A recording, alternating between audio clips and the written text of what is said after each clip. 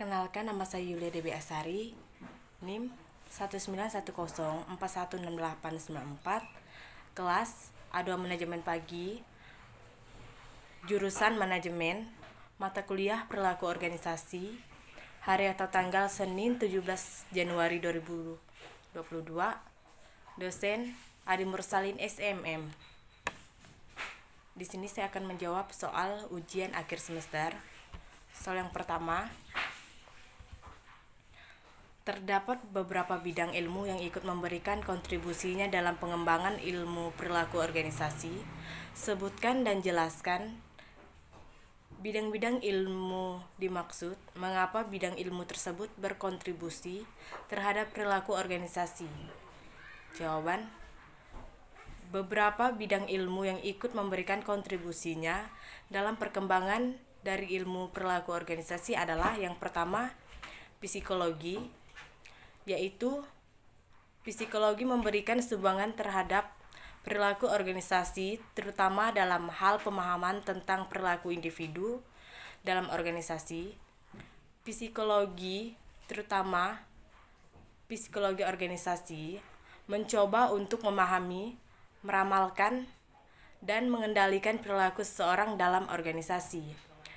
Yang kedua, sosiologi, yaitu ilmu sosiologi membahas tentang sistem sosialisasi dan interaksi manusia dalam suatu sistem sosial.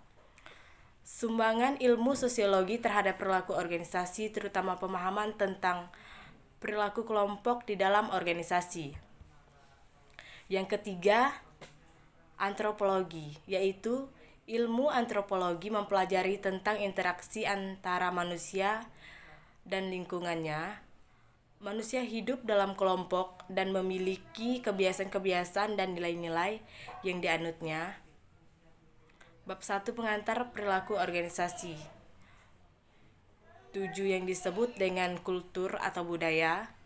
Budaya diwujudkan dalam simbol-simbol kebersamaan kelompok yang direfleksikan dalam bentuk bahasa dan keyakinan. Demikian juga organisasi membentuk budaya tertentu untuk memengaruhi pola pikir dan perilaku anggota organisasi. Yang keempat, politik, sejarah dan ekonomi, yaitu ketiga bidang ilmu ini juga ikut memberikan sumbangan dalam perkembangan ilmu perilaku organisasi. Ilmu politik mempelajari tentang perilaku individu dan kelompok di dalam suatu lingkungan politik. Sumbangan dari ilmu politik terutama dalam proses mengaruhi pengalokasian wewenang dan pengelolaan konflik. Ilmu sejarah memberikan sumbangan tentang sejarah dari pimpinan-pimpinan besar di masa lampau atas keberhasilan dan kegagalannya. Sumbangan dari ilmu ekonomi mencoba menjelaskan perilaku individu ketika mereka dihadapkan pada suatu pilihan, yaitu dalam proses pengambilan keputusan. Soal yang kedua, mengapa perilaku organisasi penting dipelajari oleh mahasiswa manajemen? Apakah perilaku organisasi juga perlu dipelajari oleh manajer sumber daya manusia di suatu perusahaan? Kenapa? Jawaban: perilaku organisasi penting dipelajari oleh mahasiswa manajemen agar mahasiswa manajemen dapat memahami sebuah perilaku yang dimana kemudian terjadi dalam sebuah organisasi, agar dapat melakukan peramalan akan berbagai macam bentuk kejadian, agar dapat melakukan pengendalian akan sebuah bentuk perilaku yang dimana kemudian di dalamnya sebuah organisasi. Perilaku organisasi juga perlu dipelajari oleh manajer sumber daya manusia di sebuah perusahaan. Hal ini dikarenakan perilaku organisasi sendiri adalah suatu bidang studi ilmu terapan yang mengkaji hubungan antara manusia dalam organisasi, baik manusia sebagai individu maupun sebagai anggota kelompok, serta hubungan antara manusia dan perilaku organisasi. Artinya bahwa perilaku organisasi bisa mendeskripsikan, bisa menjelaskan, memprediksi, dan mengendalikan perilaku manusia dalam organisasi. Hal ini akan dapat membantu seorang manajer dapat mengidentifikasi keputusan, sehingga dengan mendekatkan perilaku organisasi akan dapat meningkatkan kualitas dan produktivitas pegawai dalam organisasi. Soal yang ketiga, sebutkan dan jelaskan prinsip-prinsip dalam perilaku organisasi.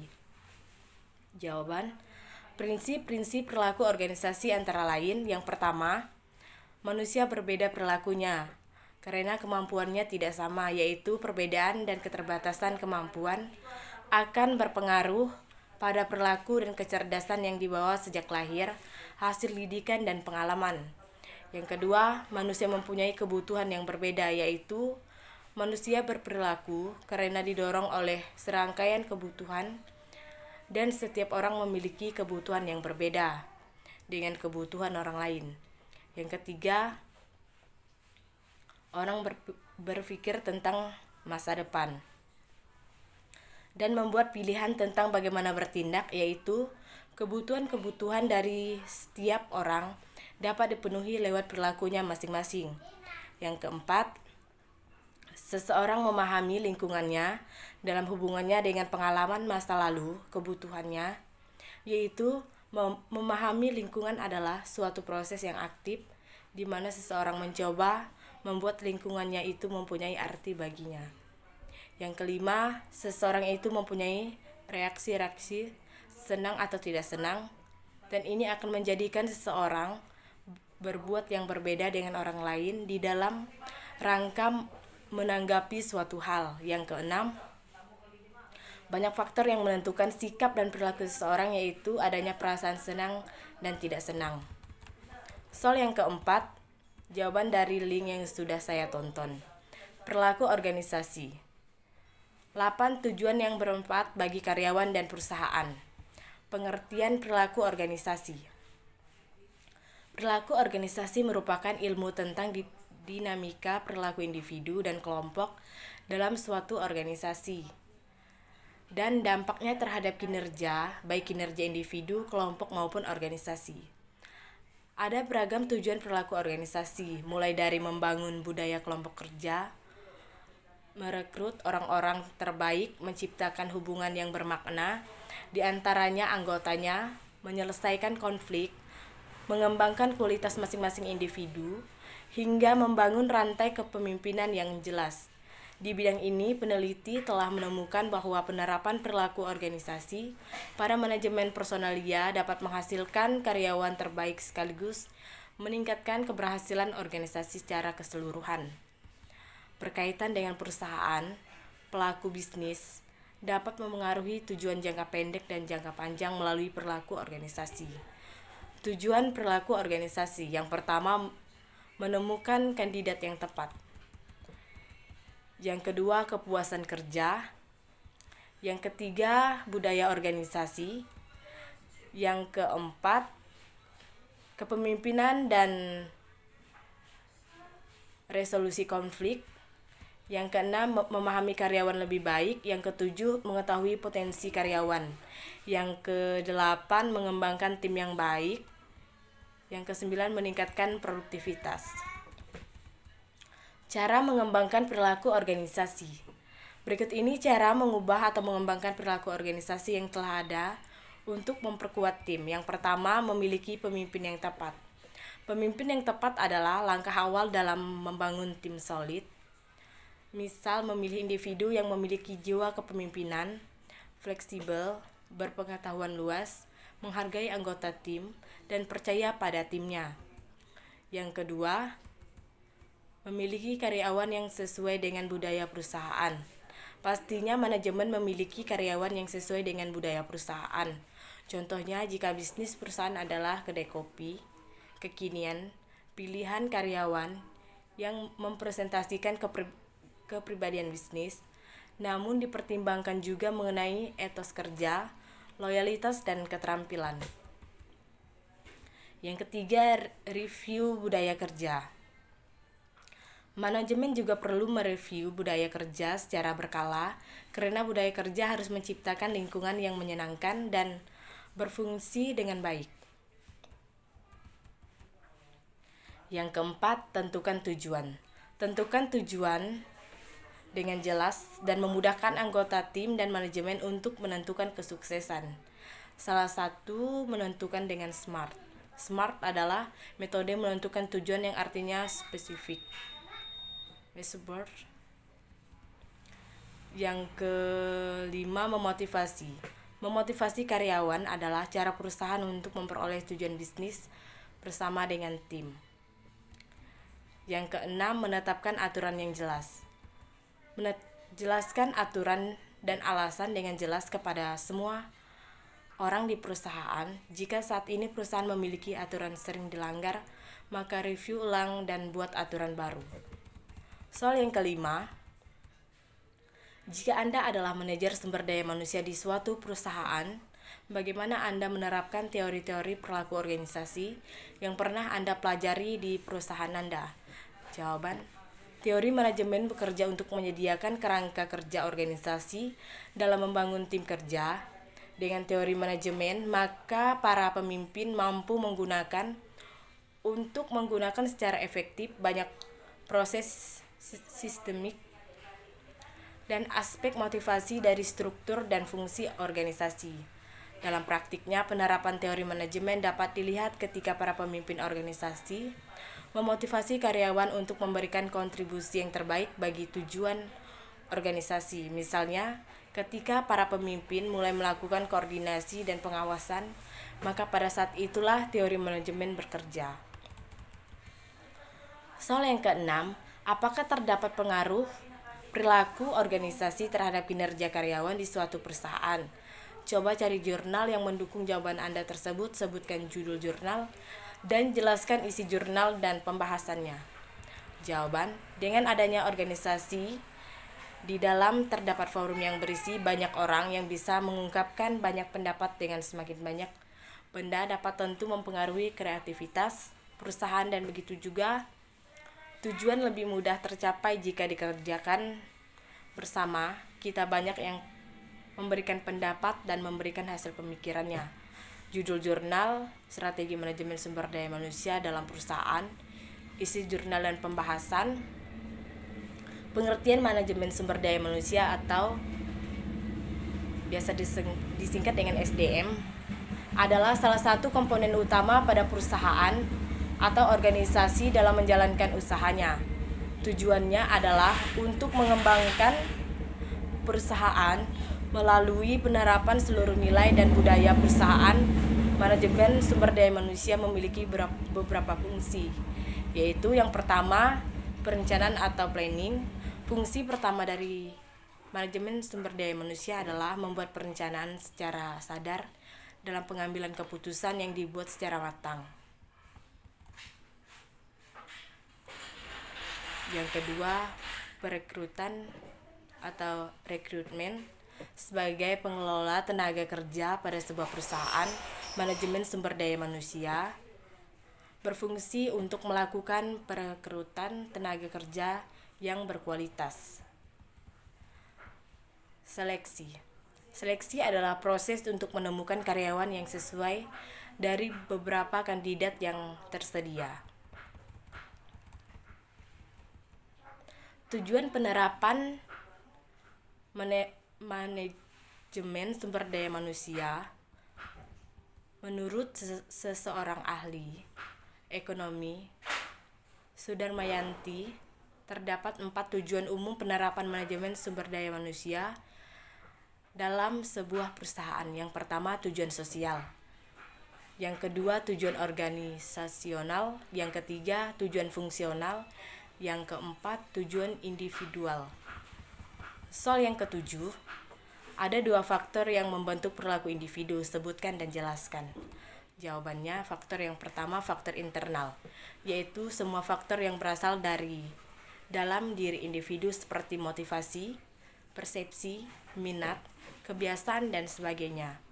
Yang kedua, faktor eksternal, yaitu faktor yang berasal dari luar individu seperti sosial, budaya, politik, dan lingkungan lainnya yang membentuk perilaku organisasi. Soal yang ke-8, jelaskan hubungan antara nilai-nilai dan perilaku individu. Berikan contoh dalam penjelasan Anda. Hubungan antara nilai-nilai dan individu dan perilaku individu adalah di mana jika perilaku atau sikap seseorang individu itu baik, maka ia akan memiliki nilai-nilai yang baik dan sebaliknya. Contohnya perilaku. Contohnya seorang guru yang sedang memiliki masalah pribadi tetapi saat di sekolah ia tetap bersikap profesional terhadap para muridnya tanpa membawa masalah pribadi walaupun murid-murid yang diajar terkadang tidak bersikap sopan. Guru tersebut dapat mengontrol sikap serta perbuatannya, tidak menjadikan masalah pribadinya sebagai alasan untuk memengaruhi atau memarahi murid-muridnya. Contoh nilai-nilai. Seseorang mahasiswa mendapatkan penghargaan dari Kementerian Pendidikan dalam mengikuti lomba antar universitas dengan jumlah nilai tertinggi dan mendapatkan ranking 1. Soal yang ke-9, apa yang dimaksud dengan keberagaman dalam organisasi? Jelaskan jawaban Anda. Jawaban, keberagaman dalam organisasi adalah keragaman atau perbedaan di dalam suatu organisasi. Dengan keberagaman organisasi dapat memperoleh berbagai pandangan, kemampuan, dan berbagai hal untuk mengatasi permasalahan organisasi atau perusahaan, dan dapat juga meningkatkan efektivitas perusahaan. Soal yang ke-10, sebutkan dan jelaskan jenis keberagaman dalam organisasi. Jawaban, jenis-jenis keberagaman dalam organisasi. Yang pertama, cacat kognitif. Fungsi yang berbeda dapat memengaruhi ingatan individu, kemampuan memecahkan masalah, perhatian, komunikasi, linguistik, serta pemahaman verbal, membaca, matematika, dan visual. Yang kedua, kemampuan fisik dan cacat tubuh. Memperkerjakan individu dengan berbagai disabilitas dan pengalaman tidak hanya akan membantu tim Anda membangun lingkungan yang lebih beragam dan inklusif, tetapi juga membawa perspektif dan ide unik untuk membantu perusahaan Anda menjangkau pasar pelanggan dan klien yang lebih luas. Yang ketiga, kesehatan mental. Kesehatan karyawan menjadi tren utama dalam ruang sumber daya manusia, tetapi terlalu sering kesehatan mental diabaikan. Tanpa dukungan dan sumber daya untuk mencari dan menerima bantuan yang dibutuhkan karyawan, perusahaan mungkin melihat peningkatan ketidakhadiran konflik pekerjaan keluarga, peningkatan masalah kesehatan mental dan perilaku, dan bahkan tingkat pergantian karyawan yang lebih tinggi. Yang keempat, keanekaragaman syaraf. Keanekaragaman syaraf seperti yang didefinisikan oleh Simposium Nasional tentang Keanekaragaman Saraf adalah konsep di mana perbedaan neurologis harus diakui dan dihormati sebagai variasi manusia lainnya. Yang kelima, perilaku dan keanekaragaman. Setiap orang memiliki tingkah laku dan pola perilaku unik yang mereka kembangkan sepanjang hidup mereka. Perilaku seperti itu adalah hasil dan asuhan individu, keluarga, teman, budaya, dan lain-lain. Yang keenam, kepribadian dan gaya berpikir. Berbagai kepribadian dan gaya berpikir yang berbeda di tempat kerja dapat membawa situasi stres dan kreativitas yang unggul. Yang ketujuh, latar belakang budaya. Ada sejumlah faktor yang membentuk budaya yang berbeda, termasuk makanan tradisional, bahasa, agama, dan adat istiadat. Yang kedelapan, letak geografis. Lokasi geografis memainkan peran utama dalam budaya, bahasa, pendidikan, peran sosial, status sosial ekonomi, kepercayaan dan ideologi yang dianut dan dipahami seseorang. Yang kesembilan, bahasa, linguistik, dan aksen. Bahasa, linguistik, dan aksen dapat memainkan peran penting dalam kemampuan seseorang untuk mendapatkan dan mempertahankan pekerjaan. Yang ke-10, etnis pada faktor biologis. Etnis didasarkan pada perilaku yang dikaitkan dengan budaya, sejarah, kebangsaan, warisan, pakaian, adat istiadat, bahasa, leluhur, dan latar belakang geografis. Soal yang ke-11, tugas yang sudah dikerjakan pada akhir kuliah perilaku organisasi. Jawabannya yang pertama meringkas bab 1, pengantar perilaku organisasi. Yang kedua meringkas bab 2 tentang perilaku individu dan nilai-nilai. Yang ketiga meringkas bab 3 tentang keberagaman dalam organisasi. Yang keempat meringkas bab 4 tentang sikap dan perilaku dalam kepuasan dalam bekerja.